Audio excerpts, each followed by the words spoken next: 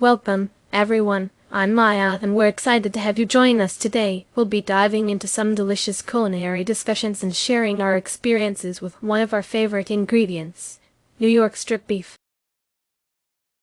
Let's get cooking.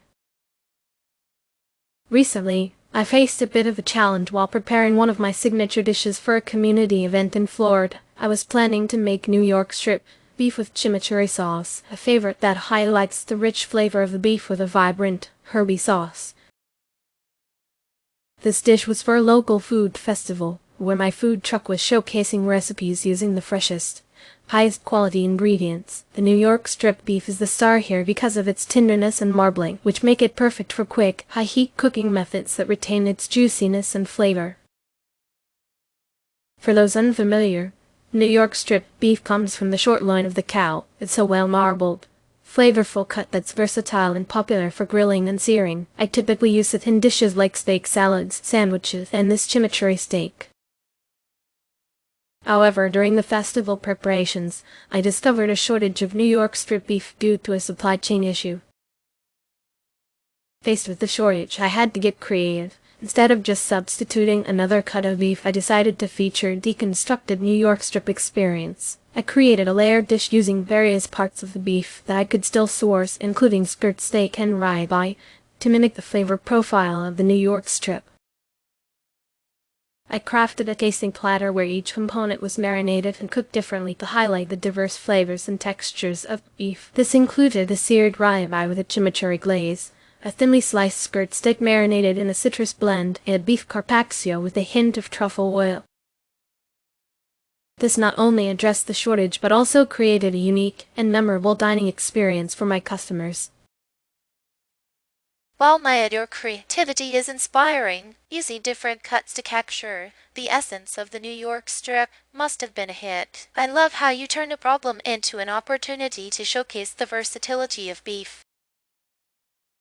I agree, sir. Maya, your deconstructed approach sounds delicious and innovative. In Texas, we often stick to traditional cuts, but your idea of presenting them in various forms is intriguing. It's a great way to educate people on the different flavors each cut offers.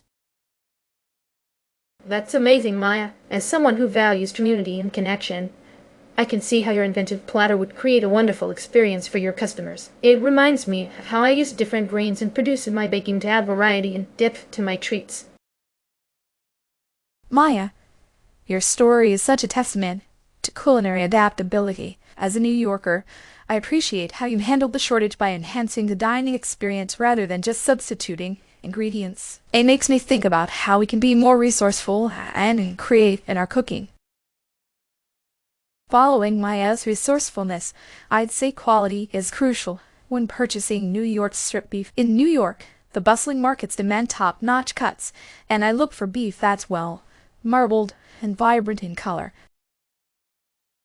This ensures the steak will be juicy and tender. Always check for a bright red color and avoid any beef with dull or grayish hues. My blog readers often ask for tips on grilling, and I always stress the importance of starting with high-quality beef.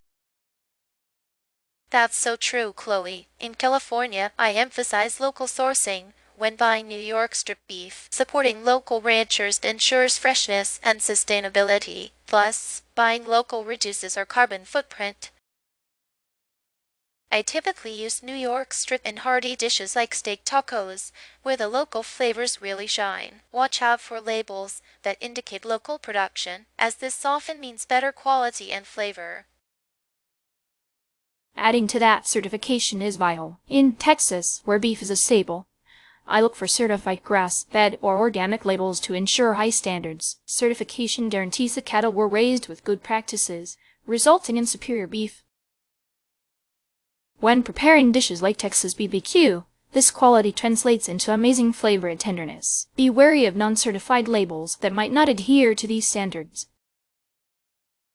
I'd say sustainability is key. In Washington, supporting sustainably raised beef aligns with our values of environmental stewardship. I use New York strip beef and farm-to-table dishes at community events, ensuring that the meat is responsibly sourced. Look for farms that practice regenerative agriculture, which helps maintain soil health and ecosystem balance. Avoid beef from sources that do not prioritize sustainability.